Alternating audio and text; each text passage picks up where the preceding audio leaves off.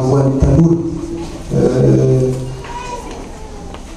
angambanya izy efa nytenenina teo reny hoe tanora ato amin'ny JMDM dia tanora mendrika, tanora vanina, ka ny Front National MDM sy ny rafitra rehetrarehetra ny MDM dia tsy mikely soroka manome andraikitra any tanora satria mino izy ary matoky izy fa ny tanora no fanohitra ny fandrosoana. Isika tanora reo zany araka ny tenin'ny président hoe eo amin'ny 80 ny tanora.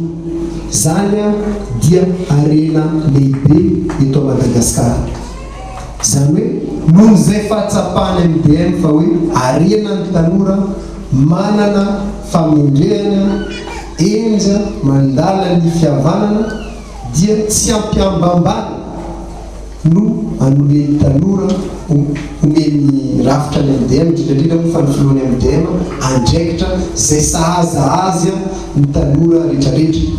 Zany akora tsy atao anatin'ny azakazaka, zany hoe misy antanatohatra arakaraka ny traikefanana, arakaraka ny fianarana anany no anomezany MDM izay andraikitra tandrify azy izay.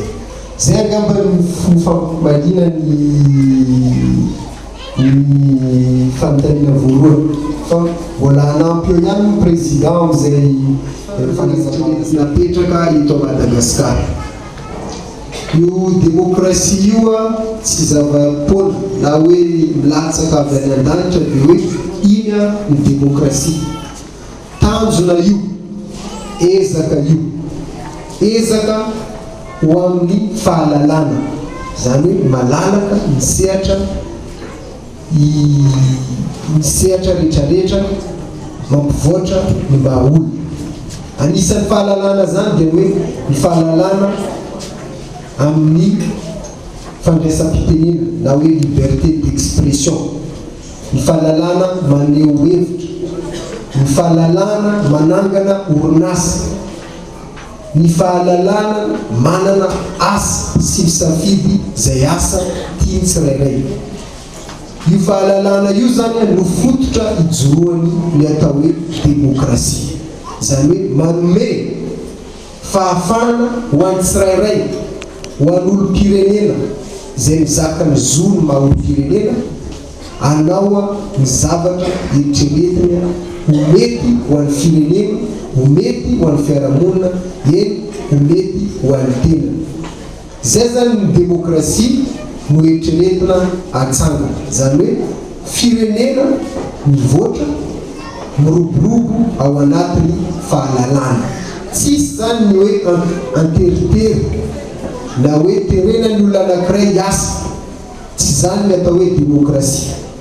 Na hoe sakasakanana tsy hiteny ny heviny, tsy zany ny demokrasia eritreretiny MDM. Io fahalalana io nefa tsy hoe gaboraraka oka azavatsara, zany hoe misy zany ny atao hoe fahalalana, misy kosa zay ary lavitsika ny hoe gaboraraka. Misy zany ny karazany hoe valavala lalàna zany, misy lalàna zany no tokony mamaritra ny fahalalana ho an'ny tsirairay.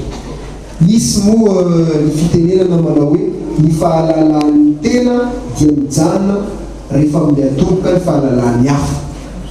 Zany hoe raha hitery anao ka mahasoanao zay dia mijanona zay fahalalanao miteny zay raha ohatra ka manohitohina ny fahalalany hafa, ny mpiaramonina. Eo foana zany zay eritreritra hoe ny fitsonjovana ny fihavanana, fitsonjovana ny mahaolona. Zay zany tanjona lehibe hoentin'ny MDM na ny hoe mientana ho an'ny demokrasia eto Madagasikara. Zany hoe zany io no mahatonga antsika rehetrarehetra miady, zany hoe mbola misy sakasaka amin'ny lafiny rehetra sy amin'ny endriny rehetrarehetra misy eto Madagasikara. Ka ny tanjona zany dia nametraka zay fahalalana zay. Ary vaindohan-draharaha dia ny hoe fananan'asa ho an'ny rehetra, zany hoe plein emploi nazavany teo sy jery.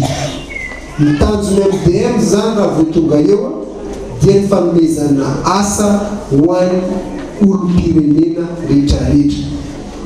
Zay angamba ny anjara fitenenako mandray Mateo Filoha, ka omeko anao fitenenana anampy an'izay fanazavana kely sy tsotra noentiko teo zay.